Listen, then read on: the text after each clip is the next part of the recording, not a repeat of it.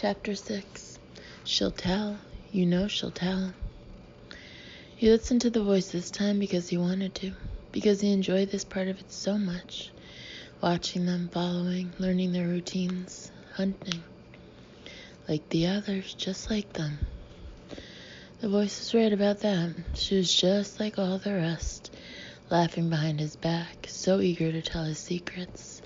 He had to stop her before she could do that.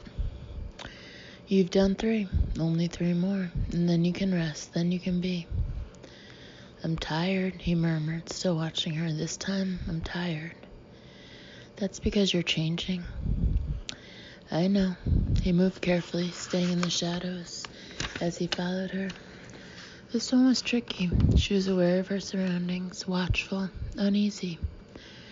They were all beginning to act that way, he noticed. Part of him loved that he made them so uneasy. But it made things more difficult. You can do this, you have to, or she'll tell. She'll tell them all about you. Yes, he murmured, easing a little closer despite the risk that she would see him. I have to. I can't let her tell. I can't let any of them tell.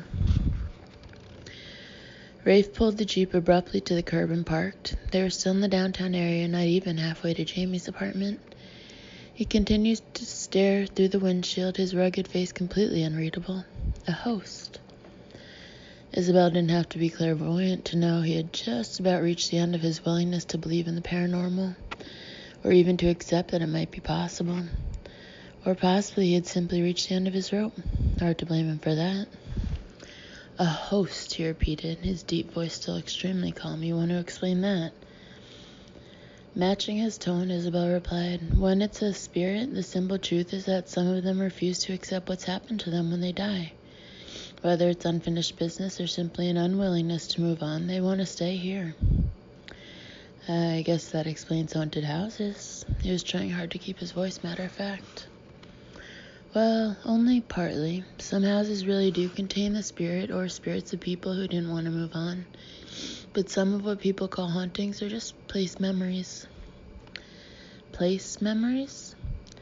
Yeah, when people report seeing the same ghost repeat the same actions again and again, that's likely a place memory. A good example is the Roman soldiers so many people have seen marching on their battlefield endlessly.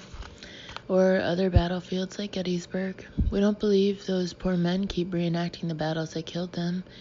We believe the places remember what happened there. How? We can only theorize. Either because those particular areas have a specific energy of their own, or possibly just the ability geographically or topographically to contain energy better than other places do. We believe that the extreme psychic, electromagnetic energy of such horrific, tragic events literally soaked into the earth at places like that. And sometimes there's a buildup of pressure, and those memories are discharged in the form of energy, like static.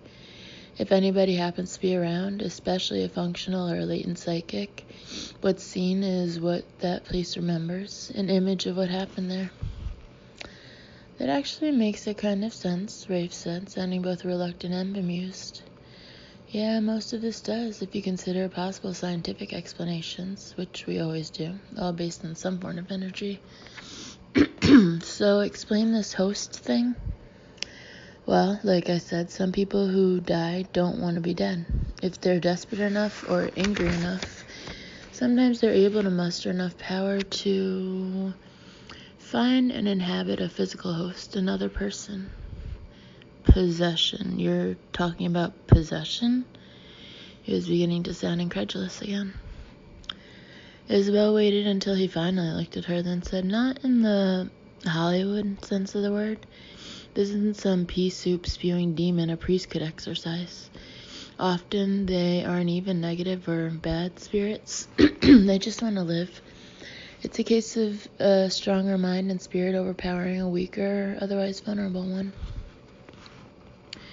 You're telling me this has actually happened? We believe it has, although I can't offer you any proof. Bishop and Miranda actually fought the spirit of an insanely determined serial killer once. Quite a story there. Rafe blinked, but said only, who's Miranda? Sorry, Bishop's wife and partner. Years ago, Miranda touched several mental patients who were being treated for severe schizophrenia.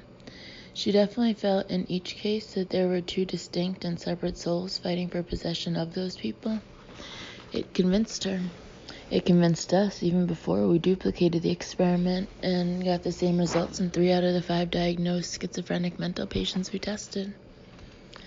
This is a little hard to swallow, Rafe said finally. I know, sorry about that. She might have been apologizing for bumping him in a crowd. He stared at her, then pulled the Jeep away from the curb and continued on their way. So, worst case scenario in a situation like that, the host goes nuts and ends up in a mental institution being treated for a mental disease he doesn't have. I can think of worse things that might happen, but yeah, we do believe that has happened. Theoretically, if the host mind and spirit were really weak, the invading spirit would just take over. You'd have a person who appeared to suddenly develop a whole new personality. Isabel reflected, then said, which I suppose could explain teenagers. Rafe didn't smile. What happens to the host spirit? I don't know. We don't know. Withers away, maybe, like an unused limb. Gets booted out and passes on to whatever awaits all of us when we leave this mortal coil. Isabel sighed. Frontier territory, remember? We have a lot of theories, Rafe. We have some personal experiences, war stories we can tell. Even a few non-psychic, if not unbiased witnesses to testify to things they've seen and heard. But scientific data to back us up, not so much. For most of us, we believe because we have to, because it's us experiencing the paranormal. Hard to deny something when it's part of your everyday life. And the rest of us have to take it on faith, unfortunately. Unless and until you have your own close encounter with the paranormal. I'd rather not. Isabel's smile twisted a bit. Yeah, well, let's hope you get your wish, but don't count on it. Maybe it's just because we psychics are present to pull in and focus the energy, but people around us do tend to experience things they never would have imagined before. Fair warning. You keep warning me. I keep trying.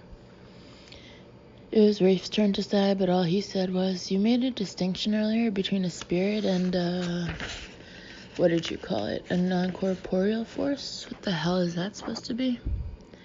Evil. He waited a moment, then said evil as in the force opposing good, the negative to offset the positive, as in the precarious balance of nature of the universe itself. As in worse than you can imagine, breath smelling like brimstone, glowing red eyes straight out of a fiery hell evil. You're not serious. When he glanced over at her, he found something in her green eyes older and wiser than any woman's eyes should ever have held, than any human eyes should ever have held. Didn't you know, Rafe? Hadn't you even considered the possibility? Evil is real. It's a tangible, visible presence when it wants to be. It even has a face. Believe me, I know. I've seen it. Alan had every intention of taking the note to Rafe and the federal agents, just not right away. He wasn't stupid about it, of course. He made a copy and put the original in a clear plastic sleeve to protect it. And then he spent a lot of time staring at the note, the words, trying to figure out what the author was trying to tell him, and trying to decide if the author was the killer. Despite his sometimes provocative attitude in print, Alan wasn't a big fan of conspiracy theories, so his natural inclination was to believe that the note had been written by the killer.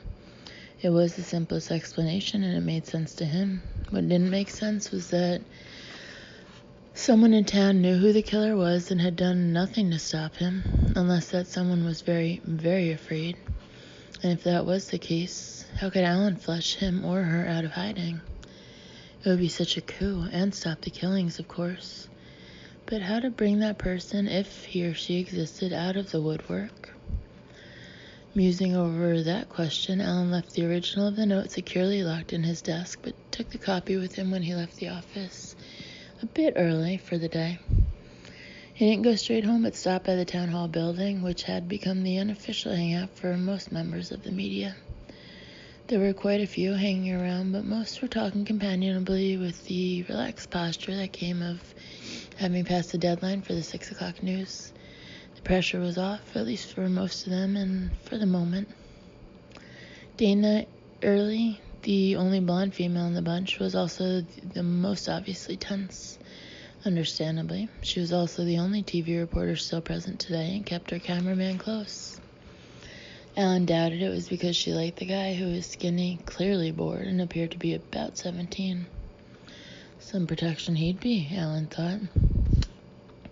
You, Dana said to him, are looking far too smug. What do you know that the rest of us don't? Oh, come on, Dana. You think I want a Columbia TV station to scoop me? Her brows disappeared up under her bangs. Scoop you? What old movies have you been watching? Refusing the bait, Ellen merely said, It'll be dark soon. I think if I were a blonde TV reporter, I'd want to be inside, behind a locked door, with a gun, or at least some muscle. He eyed the cameraman sardonically. I hear you have some muscle of your own, she reported. Police muscle. Sleeping with a cop, Ellen? If I am, it's hardly newsworthy, he said dryly, showing no outward sign of an inward flinch. Mallory was not going to like it if this news was common knowledge, damn it. Unless your station prefers tabloid gossip over substantive news. Don't sound so superior. You were the first print journalist to use the phrase serial killer, and however you intended it, it sounded gleeful and excited in your article. It did not, he found himself countering irritably. Go back and read it again. She tucked an errant strand of blonde hair behind her ear, smiled at him gently, and wandered off toward a magazine journalist here to research serial killers. Here you go, Ellen. He jumped and frowned at Paige Gilbert, who was holding out a tissue to him. Jesus, don't sneak up on people. And what's that? I thought you might need it for the spit in your eye. For just an instant he was blank, then he glanced after Dana and scowled as he looked back at the radio reporter. Ha ha. She's just being all superior because she's a talking head on the 6 o'clock news. Not today, she wasn't, Paige murmured. None of us had much to report today, he reminded her. True, but you might as well have canary feathers smeared all around your mouth. Come on, Ellen, give it up. You know we'll find out sooner or later. Ellen made a mental note to stop playing poker with Rafe and a few other of their friends. Obviously, his serious lack of a poker face was why he had lost so much imaginary money to them. I'm done for the day, he informed Paige, and even though this is your first really big story, if you want some advice from a veteran, you should go home and get some sleep as well. You never know when you'll get that call that pulls you out of bed at 2 a.m. Paige gazed after him, then jumped slightly herself when Dana said at her elbow, He knows something. Yeah, Paige said, but what? The rented car she and Isabel were sharing was parked near Caleb Powell's law office, so Hollis was able to make it that far.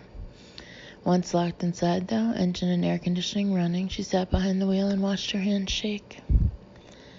Bishop had warned her that until she learned to fully control her abilities, the door that devastating trauma had created or activated in her mind was likely to open up unexpectedly, and that the experiences were apt to be particularly powerful ones in the midst of a murder investigation when several people had died recently and violently. But all the months spent in the relative peace of Quantico, learning how to be an investigator, learning about the SCU, plus learning all the exercises in concentration, meditation, and control, had given her a false sense of security. She had thought she was ready for this. She wasn't. First seeing Jamie Brower in the conference room, and now this. Seeing Trisha Kane standing near the desk where she had worked in life, less clearly visible than Jamie had been. Oddly dreamlike, but obviously trying to say something Hollis hadn't been able to hear. Why couldn't she hear them? Before, it had been a voice in her head and only the sense of a presence, at least until the very end. Not this. Not these misty images of people, souls trapped between worlds, no longer alive but not yet gone. Standing in the doorway between this life and the next, the doorway Hollis's own traitorous mind kept opening for them, talking to her, trying to talk to her. Hollis hadn't expected this, not this. She didn't know how to cope with this. She didn't know if she wanted to even try to learn to cope. She wanted to run, that's what she wanted to do. Run and hide from the dead and from The ringing demand of her cell phone jarred her from the panic, and she took a deep breath to try and steady her voice before she answered it. Templeton. What happened? Isabel asked without preamble. I checked out Trisha Kane's office, but no, Hollis, what happened? She'd already had a few unsettling experiences with other SCU members and their easy connections with one another, so Isabel's obvious awareness of Hollis's state of mind didn't surprise her all that much. It still unsettled her, however. I saw Trisha Kane, she said finally, baldly. Did she tell you anything? Isabel's voice was calm. She tried. I couldn't hear her, like before. How long did it last? Hollis had to stop and think about that. Not long. Not as long as in the conference room, and not as clear. The image was fainter, wispy, and it didn't feel as spooky. Powell didn't notice anything? I don't think so. You're out of the office now? Yeah. Okay, it's getting late. Why don't you go back to the inn and soak in the tub, have a hot shower, something like that, relax, order a pizza, watch something mind-numbing on TV for a while. Isabel, Hollis, trust me. Take the time while you can and chill. Just chill. Sleep if you can. Don't think too much. We're just getting started here and it's only going to get harder. I have to learn how to handle this. Yes, but you don't have to learn everything today. Today you just have to get some rest and get centered again. That's all. I'll be back at the inn myself in a couple of hours. I'll check, see if you feel like company. If not, that's cool. I'll see you at breakfast. But if you want to talk, I'll be there. Okay? Okay, thanks. Don't mention it, partner.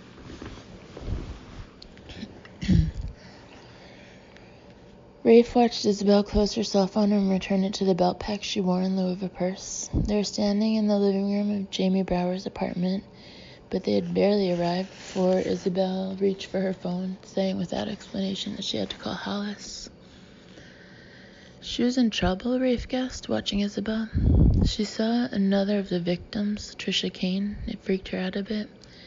Isabel shrugged, frowning slightly. Still couldn't hear what Trisha was trying to tell her, so no help for us. You knew she was in trouble before you called her. How? Before Isabel could answer, Rafe did himself. Connections, a psychic connection. She's your partner. A connection she finds more unnerving than reassuring at this point, Isabel said wryly. I'm sure you can relate. She began walking through the very nice apartment, looking around her with interest. Rafe followed. What do you mean by that? I make you nervous. Admit it. I have known you barely 24 hours, Rafe retorted. That isn't enough time to get used to a woman's perfume, let alone the fact that she knows without looking what kind of shorts you happen to be wearing. Isabel chuckled. Okay, you win that round. Rafe thought it was about time he won one. Is Hollis all right? She will be, I think, this time. But if she doesn't get a handle on her abilities pretty fast, things are just going to get harder for her. I think talking to dead people would never get easier. No, from all I'm told, that part doesn't. It takes an exceptionally powerful medium with a strong sense of self to open that door and yet remain detached and protected from all the emotional and spiritual energy pouring through. Protected? Isabel paused in the kitchen, running a hand lightly along the immaculate granite countertops. The usual small appliances were scattered about. Toaster, blender, coffee maker.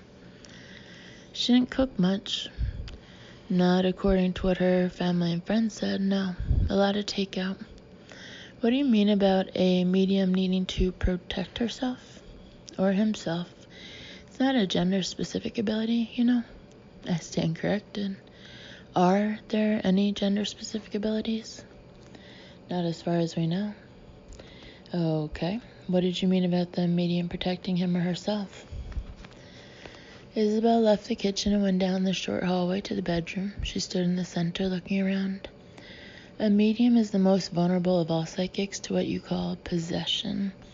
They're the ones who open the doors angry or desperate spirits usually need in order to return to this plane of existence, and the nearest potential host when the spirit comes through. Usually need? We've theorized that an unusually powerful spirit could make its own doorway if it were determined enough. So far, though, our experience has been that mediums or latent mediums provide the doorways. I can't believe I'm talking about this, listening to this. She looked at him, smiling faintly. This stuff has always been with us, always been a part of our lives. For most of us, it was simply a case of not seeing what was there. Who knew there were protons and electrons until we found them? Who knew germs were responsible for illnesses until somebody figured it out? Who knew, even 50 years ago, that we had a chance in hell of mapping the human genome? I get the point, Rafe said. Still, this is, or at least feels, different. It's human. And one day, eventually, science will catch up, figure out a way to define, measure, and analyze, and make us legit. It's difficult to wrap my mind around it. I know, but you have to. Isabel walked over to the bed and rested a hand on it, frowning. There are more things in heaven and earth, Horatio. Get used to it. Here endeth the lesson. Rafe accepted the mild rebuke with a nod. Okay.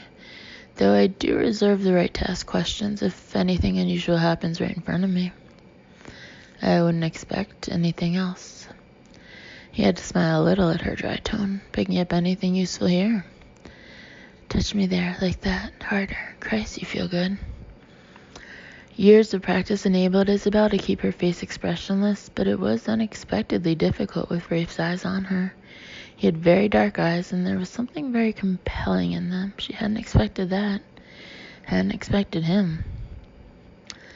This is where she kept her sex straight. A few male lovers over the years, no women. So you think the room in the pictures was hers? One of the properties she owned? A place she kept separate and secret for those encounters?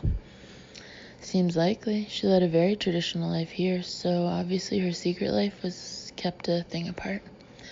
Really a thing apart. There are no secrets at all here. In fact, I'm more than a little surprised Emily found the photo box in this apartment. Unless Jamie had lost her most recent lover and hadn't yet found another. In that case, she might have needed to look at those pictures.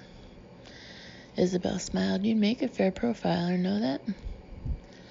Rafe was more than a little startled. I was just guessing, that's all. What do you think profilers do? We make guesses. Mostly educated guesses, and for some of us, occasionally psychic ones, but at the end of the day, they're still guesses. Speculation based on experience, knowledge of criminals and how their minds work, that sort of thing. A good profiler probably gets 60 to 75% right if he or she is especially tuned into a particular subject. A good psychic with solid control gets maybe 40 to 60% in hits. Is that your percentage? She shrugged, more or less.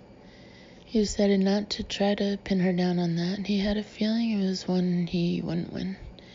He had known Isabel Adams an hour before reaching the conclusion that she was extremely unlikely to let slip by accident anything she didn't want him to know. Isabel said, we have to find the box or that room, both preferably. I need to know how Jamie felt about her secret life, really felt about it, and I'm getting nothing about that here. So you're getting no sense of a secret hiding place my people missed? No sense of anything secret. I mean, at all.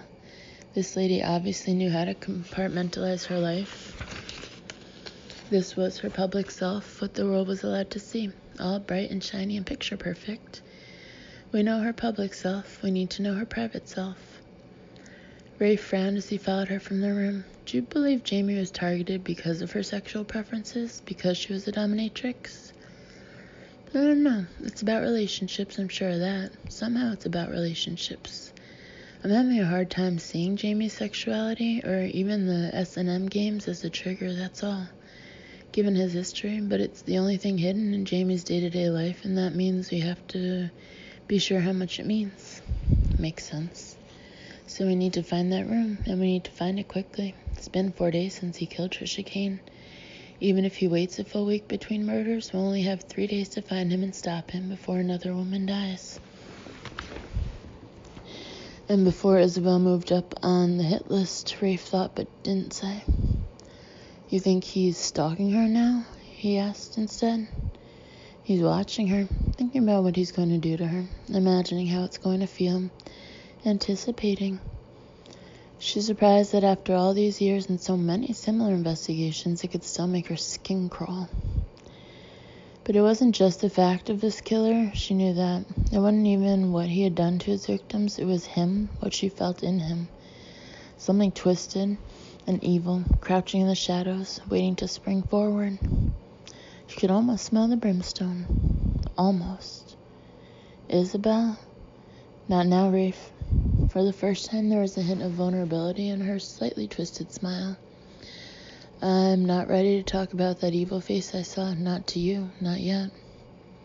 Just tell me this much. Does it have something to do with you becoming psychic? It had everything to do with it. Her smile twisted even more. The universe has an ironic sense of humor, I've noticed, or maybe just an innate sense of justice. 'Cause sometimes evil creates the tool that will help destroy it. Cheryl had planned to drive back to Columbia for the night, especially after Dana's warning, but something was bugging her. It had been bugging her all day, ever since she noticed it early this morning. She had her cameraman wait for her in the van and went to check it out, telling herself she'd be safe. It wasn't even dark yet, for gosh sakes. Of course, telling herself was one thing and feeling it something else entirely. Every time the breeze stirred, it felt like somebody touching her with a ghostly hand, and she caught herself looking back over her shoulder more than once. Nothing there naturally, no one there. The whole thing was just her imagination, probably, because it didn't make sense. Not if she'd seen what she thought she had, not if it meant. A hand touched her shoulder, and Cheryl whirled around with a gasp. Oh, Jesus, you're a person, why don't you? Did I? Sorry about that. You, of all people, shouldn't. I do. Like I said, sorry. What are you doing out here? Just following up a hunch. I'm sure the rest of you saw it, but it's been bugging me, so here I am. You really shouldn't be out here. You shouldn't be out by yourself. I know, but I'm not a blonde, and I hate it when something bugs me, so it seemed like a risk worth taking. Just for a story. Well, Cheryl said self-consciously, that's part of it, sure, the story, and maybe to stop him. I mean, it would be so cool if I could help stop him. Do you really believe your hunch could do that? You never know, I could get lucky. Or unlucky. What are you? Not a blonde, but nosy, just like they are, and you'll tell. I really can't let that happen. Cheryl saw the knife, but by the time understanding clicked into place in her head, it was too late to scream. Too late to do anything at all. Friday, 11:30 p.m. Just occasionally, whenever her day had been particularly stressful, Mallory was so wild in bed that it took everything Ellen had just to keep up with her. Friday night was like that. She held him with her arms, her legs, her body, as though he might escape her. The pillows were shoved off the bed and the sheets tangled around them, and still they wrestled and rolled and held onto each other. They finished finally with Mallory on top, riding him fiercely, one hand on his chest and the other braced behind her on his leg, grinding her loins to his in a hard, hungry, rhythmic dance. He held her hips, surging up to meet her, his gaze fixed on the magnificence of her face, taut in primitive need, her eyes darkened, her lithe, toned body glowing with life and exertion. When she finally came with a cry, shuddering, he spent in almost the same instance, feeling her inner muscles spasming, milking him dry. Usually at that point, Mallory rolled off him to lie at his side, however briefly, but this time he held on and shifted their bodies himself so that they lay on their sides facing each other. He kept his arms around her. Good, she murmured, relaxed at least for the moment. That was good. Drained himself, Alan nevertheless consciously tried to control the moment, his hands stroking her back in a soothing motion, enjoying the sensation of her warm breath against his neck. More than good. He knew better than to comment on her passion, knowing from experience that it would only cause her to draw away, to start making excuses for leaving. He had never figured out if it was the intimacy of the act that bothered Mallory when she allowed herself to think about it, or was reminded of it, or if it was her own lack of control that disturbed her. Either way, he was careful not to push that particular button. He had learned. Long day, he murmured finally, intentionally keeping his voice as easy and soothing as his hands. Very long. She sounded a little sleepy.